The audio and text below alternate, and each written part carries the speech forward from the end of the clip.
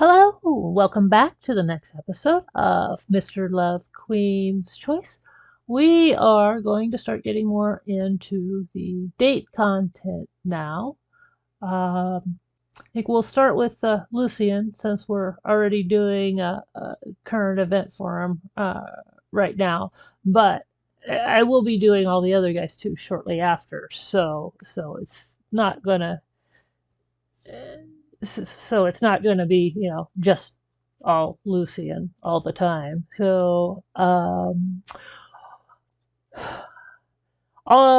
the days I'll be doing for this episode and next all happen very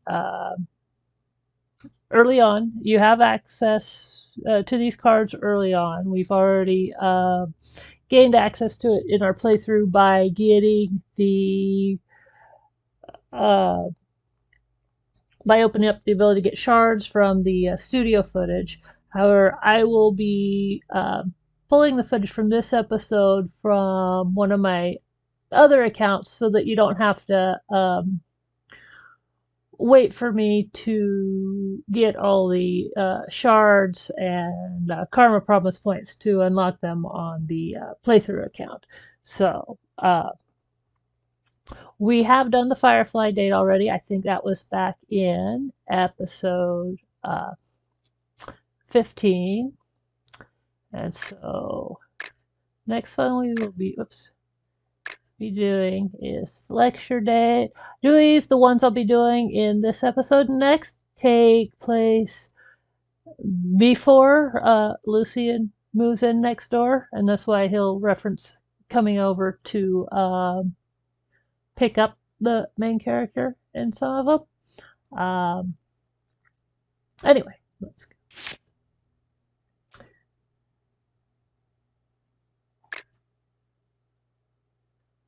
The pen and interview notes were all packed. Oh yeah, and the invitation. I hurried over to the coffee table and pulled the invitation out from under a pile of documents. Knowledge of Emergency Relief for Children, presented by Professor Lucien. I was a little surprised to see Lucien's name there in the speaker's role. But to think about it, even though Lucien was an eminent scientist, he was involved in all kinds of charitable initiatives, according to media reports. With great ability comes great responsibility. At first, I considered catching up with him in private, but then I thought attending the conference would be more natural, and I'd get to thank him publicly for his help. After double-checking I hadn't dropped anything, I threw my bag over my shoulder and headed out. When I got to the school, I realized that I was an hour early. The grounds were filled with trees and birdsong. It felt at once strange and familiar, and reminded me of my days as a student. There's still some time, why not take a moment to reminisce? Suddenly, I got an impulse to visit the library. I made my way towards the building and gently pushed open the door. The sunlight, fresh air, and fragrance of new books combined together, filling me with nostalgia and putting me at ease. Ceiling-high shelves of books stretched out in all directions. I started to walk slowly between them. Reaching the end of an aisle, I spied a figure dressed in white slumped over one of the desks. He looked as though he could be asleep. Black-rimmed spectacles were lying on the desk beside his elbow. Why did he seem so familiar? I took one step closer and realized it was Professor Lucien. He was resting his head on his forearm, with the notes for his lecture pressed under his elbow. Lucien? He didn't move. Maybe I spoke too softly, or perhaps he was just too fast asleep. The leaves rustled outside the window, accompanied by the long, even sound of his breathing. It would be a pity to wake him. I should let him sleep for another 10 minutes. I moved closer and sat down quietly in the seat opposite. Perhaps it was a trick of the light, but I could make out his face distinctively today. He looked somewhat different from his usual self. His eyelashes fluttered slightly, I quickly looked away and rested my gaze on the book lying next to him on the desk. What is life? Feeling curious, I reached out and flicked through the pages. A gentle breeze picked up and something pink flashed in my field of view. Looking up, it turned out to be a cherry blossom. The petal danced in the air before coming to rest on Lucien's hair. I leaned over and carefully plucked the petal from its resting place. I held it carefully and was reluctant to throw it away. Looking around, I noticed a book lying on my lap, so I deftly placed the petal between the pages. When I looked up again, I saw Lucien looking at me with amusement in his eyes. Lucien, how long have you been away? Not long. He noticed the book in my hands. It's an interesting book, though it seems like it has a bit more life to it than before. I didn't understand what he meant until I looked down and saw the petal lying on a page. My heart skipped a beat. Was he awake all that time? He turned and looked out the window at the cherry tree swaying gently in the wind. A crooked smile spread on his face. Nice surprises always seem to happen whenever we're together. His words brushed gently against my heart like willow leaves. My heart started beating a little faster. I closed the book carefully and handed it back to him. Lucien gave me a soft smile. Why don't you hang on to it for a while? I shook my head. No, you haven't finished reading it, right? Maybe I can read it when you're done. He did not insist and took the book back. He then got up and walked closer and closer to me. You. Don't move. His words acted like a spell, and I instantly stopped moving. He moved closer and closer towards me. The next moment, he was holding up a petal in the space between us. Do you think we were destined to meet the flower, or destined to meet one another? His voice was low. I could feel the blood rushing to my ears. What a lucky coincidence. His words threw me into a slight panic. He took a few steps back, carefully placed the petal into his book, and closed it. It's almost time for the lecture. We should go. Huh? You know that I'm going to the lecture? Lucien picked up the papers from the desk and nodded slightly with a tender look in his eyes. Well, it was me who invited you.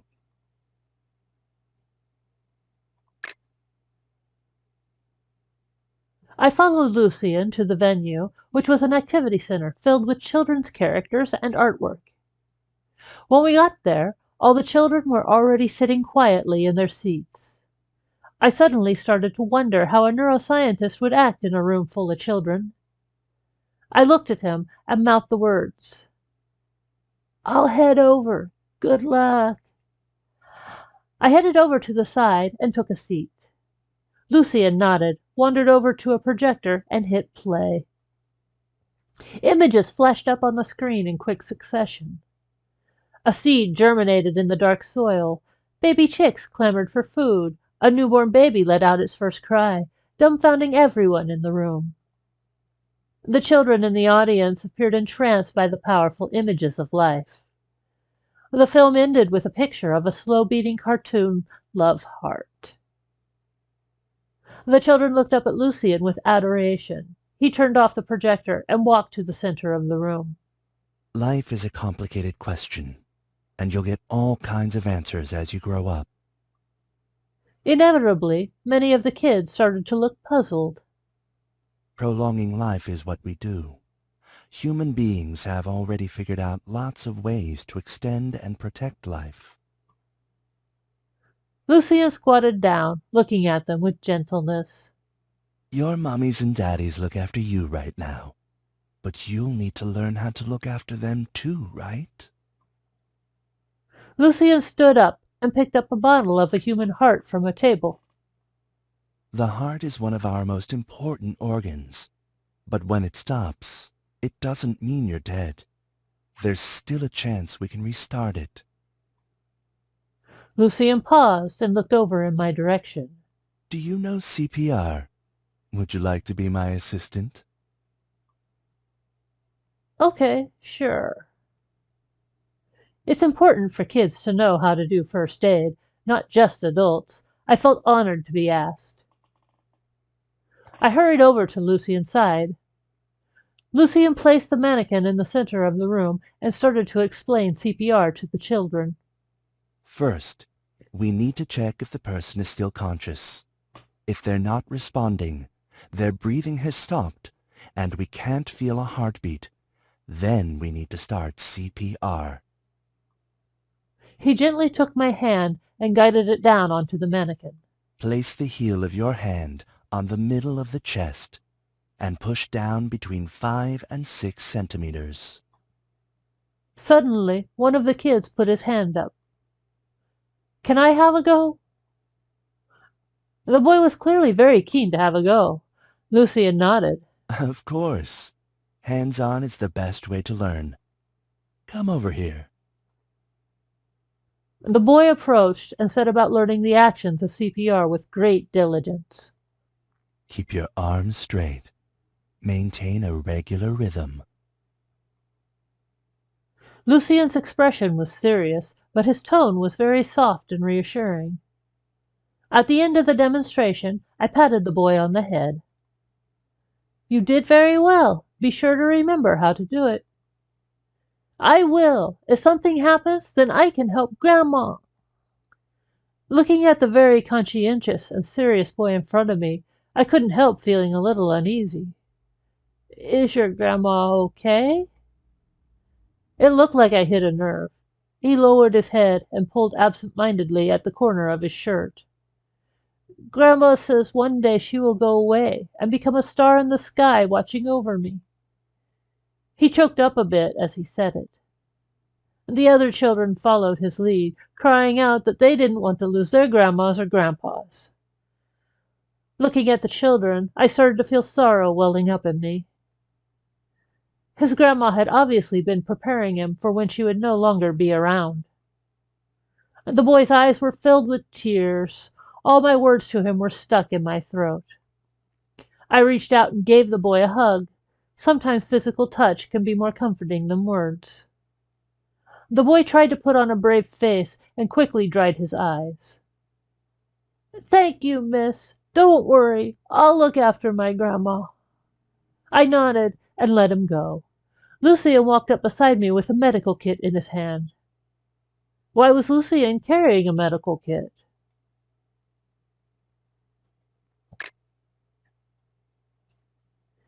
Everyone was looking at him curiously. He took a stethoscope out and put it on. He then pressed the metal disc against the boy's chest. He listened carefully for a bit and then smiled warmly. You have a very strong heartbeat. Want to listen to mine? The boy looked a little confused, but nodded anyway. His face was still wet with tears. Lucien took the stethoscope off, placed it around the boy's neck, and held the metal disc against his own chest. Hear anything? A look of astonishment spread over the boy's face. He nodded.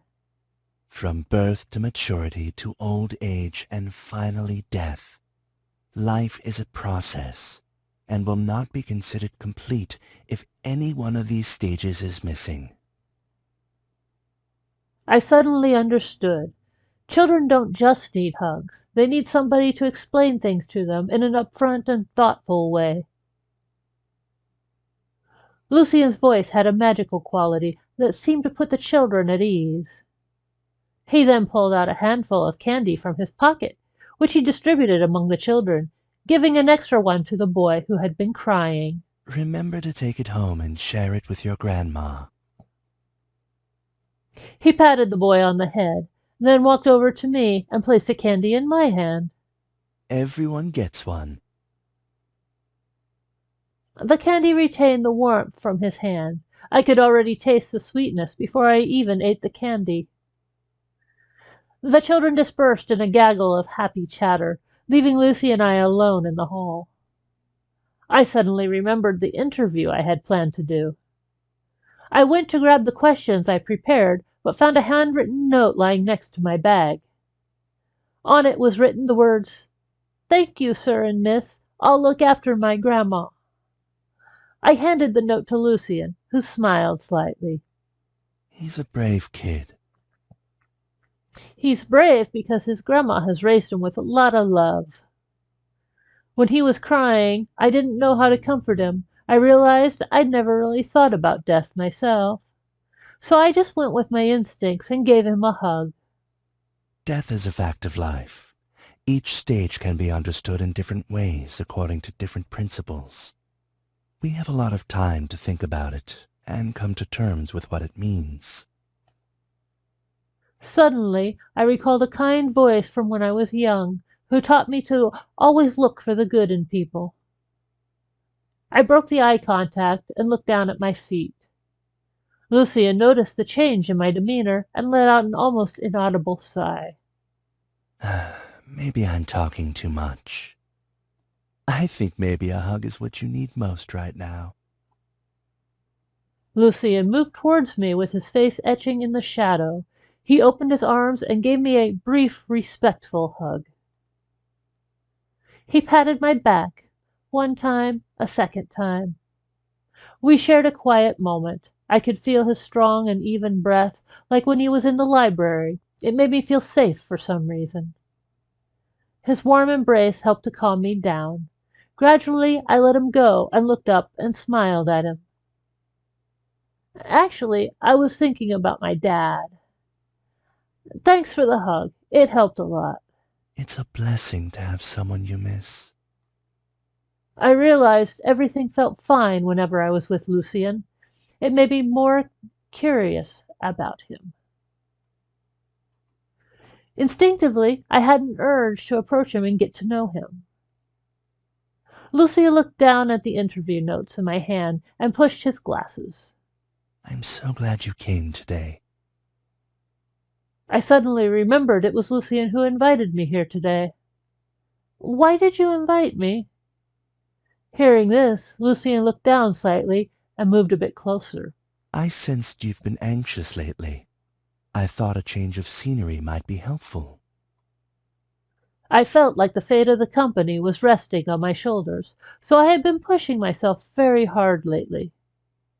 So it turned out Lucien had noticed the pressure I was under all along. Thank you, Lucien. At that moment, the wind carried a petal into front of us. Turning around, I saw a cloud of petals in different colors floating down outside the window. Everything seems like a miracle today, as if the gods themselves were smiling down on us. He smiled and walked over to the window with his hand outstretched. A blossom landed in his palm. The prettiest things are the easiest to see. Those that live in darkness are seldom discovered. I stared at him for a moment, carefully pondering on his words. I could almost sense the sadness in between the lines. He slightly spread his fingers, and the petal fell from his palm. When he turned back to look at me, the smile had returned to his eyes. Let's begin the interview. The fading late afternoon light softened Lucien's silhouette, but also gave him an elusive, intangible aura. What kind of person are you really, Lucien?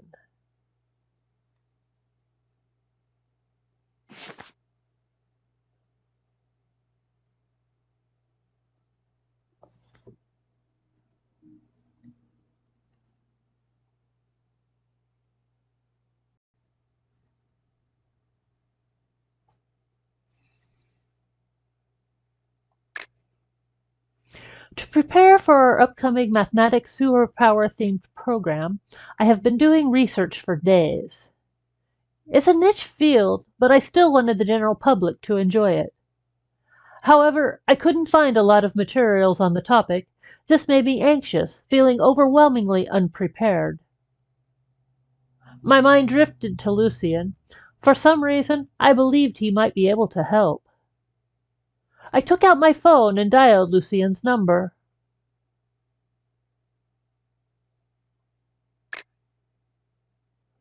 This was my first time contacting him instead of him calling me.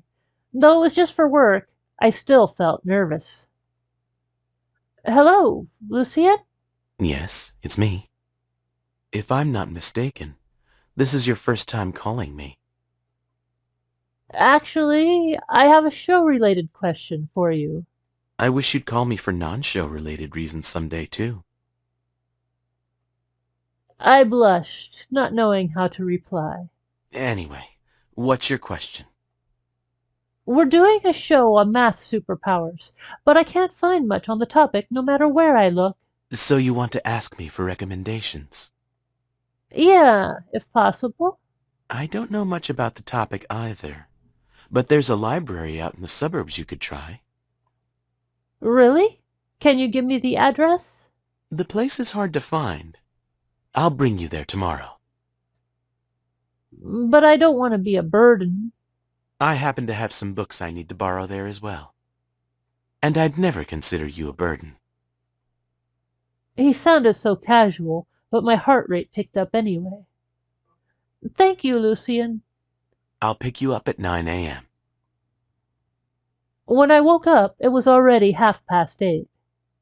Scrambling out of bed, I turned on my phone to see messages from Lucien half an hour ago. My car broke down and I'm getting it fixed. You can sleep in some more. Sorry, the car is still being fixed. I'm on my way to your place now. I couldn't help grinning as I read his messages, but what will we do now that we don't have a working car? I looked up the address. It was a bit far, but there was a bus that went there directly. I began texting him back. Lucien, I have an idea. Well?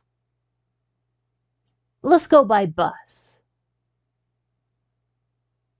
Unexpectedly, Lucien agreed.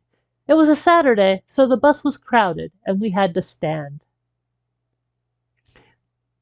Lucien's hair was a mess, and there were dark circles under his eyes. Your hair. Lucien patted his hair down and smiled, like it didn't matter. I stayed up all night to work on an article. It's fine. I can't help feeling guilty. Sorry, it's my fault for making you take the bus. I didn't expect it to be so full. I thought no one would want to go to the outskirts of town. There's a rare flower exhibition there today. That's why. See the brochures they're holding? Indeed, many passengers were carrying brochures, so Lucien had already expected the bus to be crowded. Why did he agree to my suggestion, then? Do you want to know why I agreed to take the bus anyway? I nodded, and Lucien winked at me. I just thought it would be fun taking the bus with you.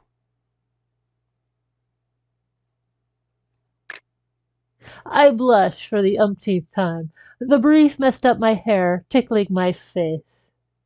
I hadn't had time to think over his words before the bus put on the brakes, sending me crashing into Lucien's warm, muscular arms. Careful. Thanks. Lucien hung onto a strap with one hand, supporting me with the other. He smelled like fresh grass after the rain. I could see his face clearly if I lifted my face. I looked down, praying that he hadn't seen my ears turn red. As Lucien said, it took us a bit of a walk to arrive at the library. I expected a quaint, old building, but the library was surprisingly modern, with transparent glass walls and unique shelves. This is the first time I've been to a library with glass walls on all sides. It's the final work of the Chinese architect Drew. Why did he choose to build a library on the outskirts of town? I heard it's because this is where he grew up. He was an orphan, adopted by glass factory workers. His late parents wanted a building like this. So he chose to return to his roots and build a library called New Light. New light. He hoped to bring a new light to this underdeveloped area. We chatted about the history of the library as we walked, and finally ended up at the reference section on the second floor. Here we are. You should be able to find what you want here. Okay, I'll go look around. Lucien nodded and headed toward the medical books section. I followed him with my eyes, peeking from behind a shelf. I gazed at his gray shirt, the broad shoulders that I'd just leaned on, his wind-ruffled hair and bony fingers. Lucien turned around suddenly, and I hid my face behind a book shyly, not wanting him to catch me staring. After finally finding what I need, I turned around to see Lucien napping by a window. I tiptoed over, approaching him slowly. The afternoon sunlight was a bit too piercing. I crept toward the window and drew the curtains. Professor? Lucien? Lucien was lying face down on the desk, deep in slumber. I studied his side profile, counting his eyelashes. He must be really tired. I sat down beside Lucien and settled my face on the desk as well. He shouldn't have come with me to the library if he was so tired. What kind of person are you really, Lucien? What I didn't realize was that Lucien was in fact awake and was having trouble concealing the tiny smile on his face. This desk is so hard to sleep on. I turned around to see Lucien watching me with bright eyes full of mirth. The sunlight and the breeze are just right. We rest our heads on the desk, facing each other. This has become a memory I'll always cherish. Was the sunshine the most memorable part, or was it Lucien? I blushed, straightening up quickly. Sorry, I didn't realize you were up. Did I wake you? I couldn't help stammering, trying to conceal my nervousness. Lucien moved closer and stroked his hand through my hair. I caught a whiff of a familiar smell. I usually dislike being touched, but his fingers were tender, warm. It felt like home. Lucien, Yes? what brand of shampoo do you use? I realized that it was a stupid question as soon as it left my mouth. I wish I could jump off a cliff. It smells familiar, so I just... That's a good question, actually. I'll check when I get home.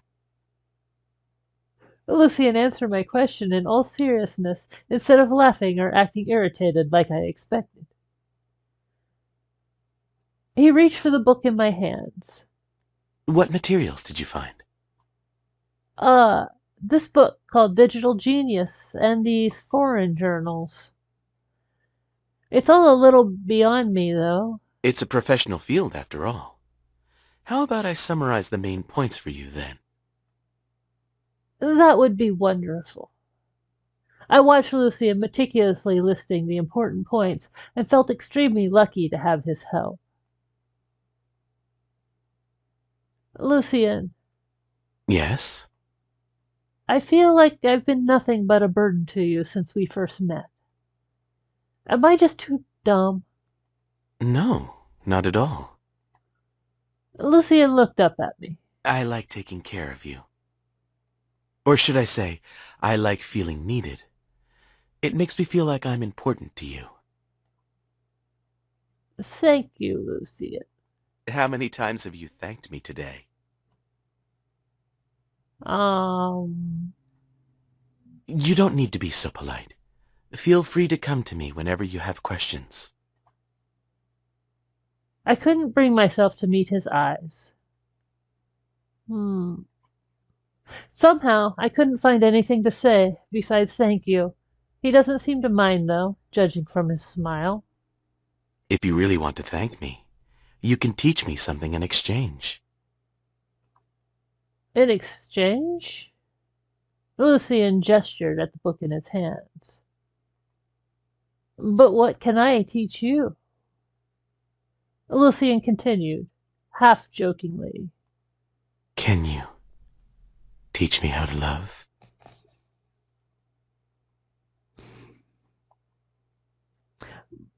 My heart skipped a beat. Is he flirting with me, or am I overthinking? Stop joking. You're like a regular Dun one, right? I hid my face behind a book and tried to diffuse some of my embarrassment with humor. The atmosphere was indescribable. I felt a subtle tension, but I also couldn't help cracking a smile. Lucien tousled my hair. I only want you to teach me, though. What do you say? I have never seen Lucien like this before. He looks mischievous, childish. My gut tells me he comes from a mysterious, dangerous world, and I should stay away from him. But I see so much sincerity in his eyes.